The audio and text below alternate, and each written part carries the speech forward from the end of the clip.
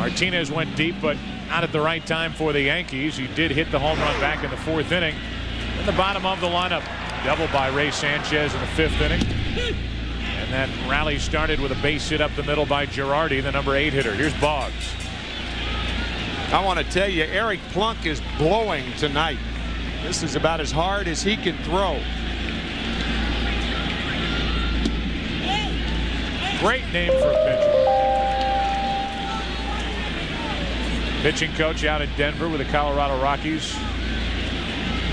It's by the name of Frank Funk. At times appropriately named, and Eric Plunk.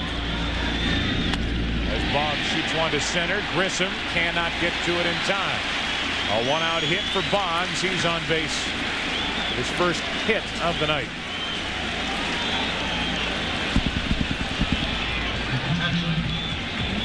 Plunk has come a long way in his career. Of course, he pitched here for the Yankees for 3 seasons, but early in his career with the Oakland Athletics, he was just as likely to walk a batter an inning as strike out a batter an inning. Very erratic, not only with the fastball, didn't really have a breaking ball he could throw over the plate, but he's proved in a very short period of time tonight that he's got command of that breaking ball. He's mixed in a couple of changeups as well as that high 4-seam fastball. Here's Girardi. Williams, the only play at first, 2 out. Told you about the games coming up tomorrow on other networks. We'll remind you that Thursday we're right back here for Game 2 of the American League Division Series. Jared Wright, hard-throwing young right-hander. The rookie goes to the mound for the Indians to take on Andy Pettitte and the Yankees. Catch all the action beginning live at 8 Eastern, 5 Pacific, Thursday night on Fox. Andy Pettitte had another strong year. Pettitte an 18-game winner. Jared Wright called up, won 8 games for the Indians.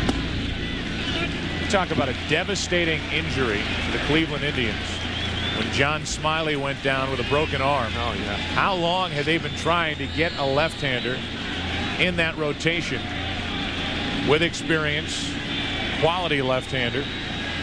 They finally got him.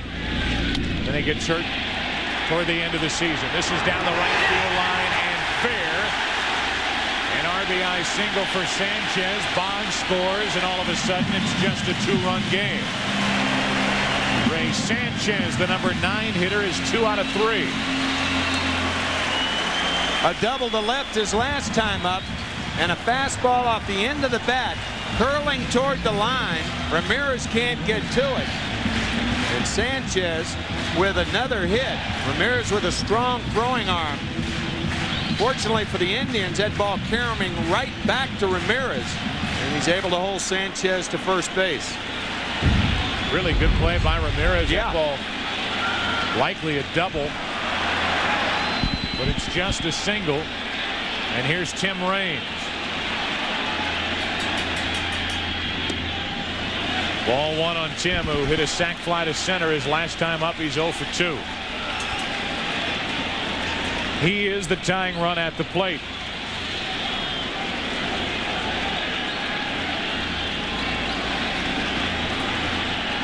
Jeter would be next.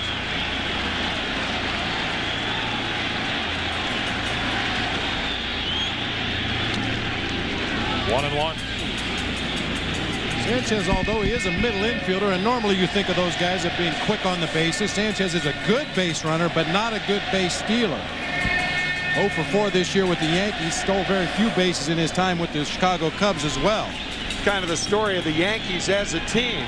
They're a good base running team, but they're not a fast base running team.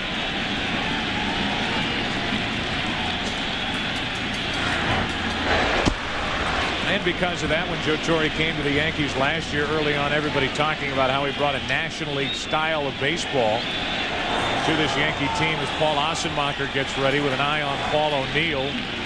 He's in the hole. He would follow Jeter if the Yankees try to rally further here in the 6th. Low to range. It's 2-1. If Sanchez had better speed, Eric Plunk is a good pitcher to steal against. When he comes set in his stretch position, the first thing that moves are his hands. The throwing hand and the glove start their movement upward.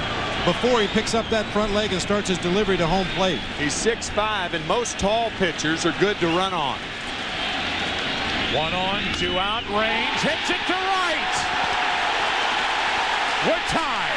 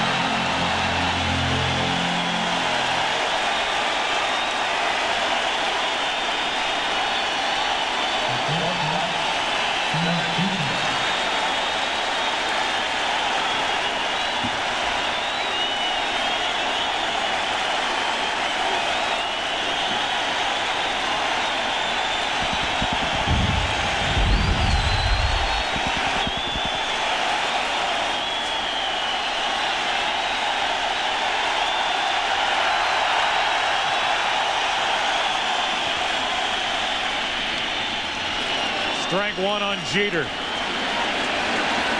First career postseason home run. How did that feel to a guy that first came up with the Expos in 1979? Joe Torre again with that great instinct. Putting this lineup together. That's foul in strike 2 last year. He sat Tino Martinez while he was struggling, and Cecil Fielder was such a big part of their World Series win. He pulled the right string there. Goes with a hot hand range here in game 1 as the DH. We've got to have his bat in the lineup. He ties the game with a 2-out, 2-run homer.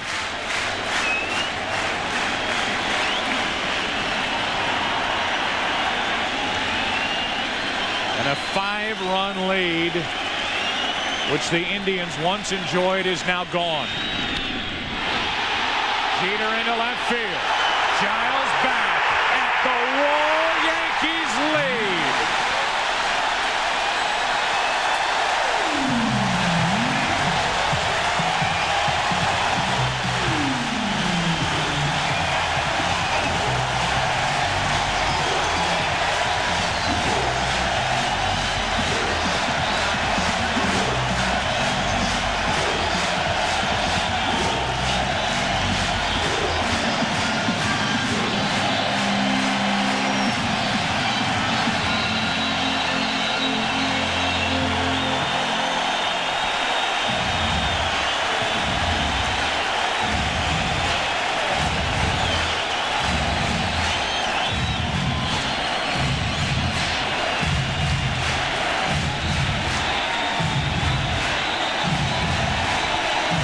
Swing in the 6th. The Yankees take a 1-run lead. Bronx Bombers once again. A 3-home run night. Tim Raines tied it with that cut. Jeter, the second-year player, puts New York out in front. And the Indians need a new pitcher here in the 6th. Told you not to touch that dial.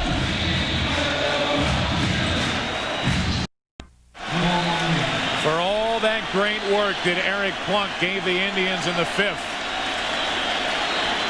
The Yankees get him with 2 out here in the 6th inning. Overtake the Indians, lead 7-6. And here's the left-hander, Assenmacher.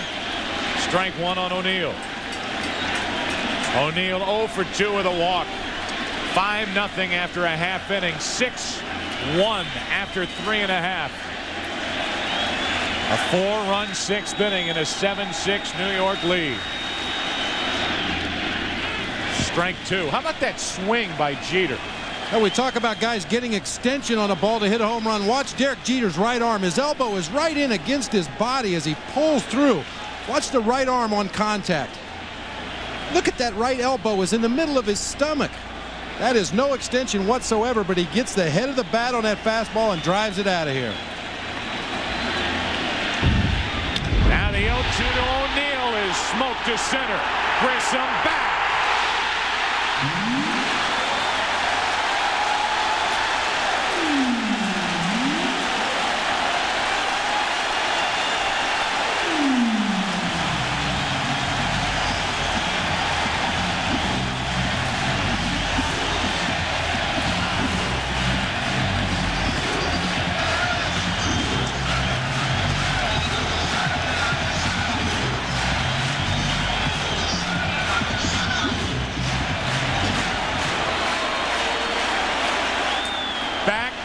Back to back, and an 8-6 New York lead. Fastball out over the plate to Paul O'Neill. I think one thing to keep in mind in this inning was the 2-out opposite field base hit by Ray Sanchez, driving in the 4th run of the ball game, allowing Raines to tie it, Jeter to put him ahead, O'Neill to put him 2 runs ahead. That was a huge hit by Ray Sanchez.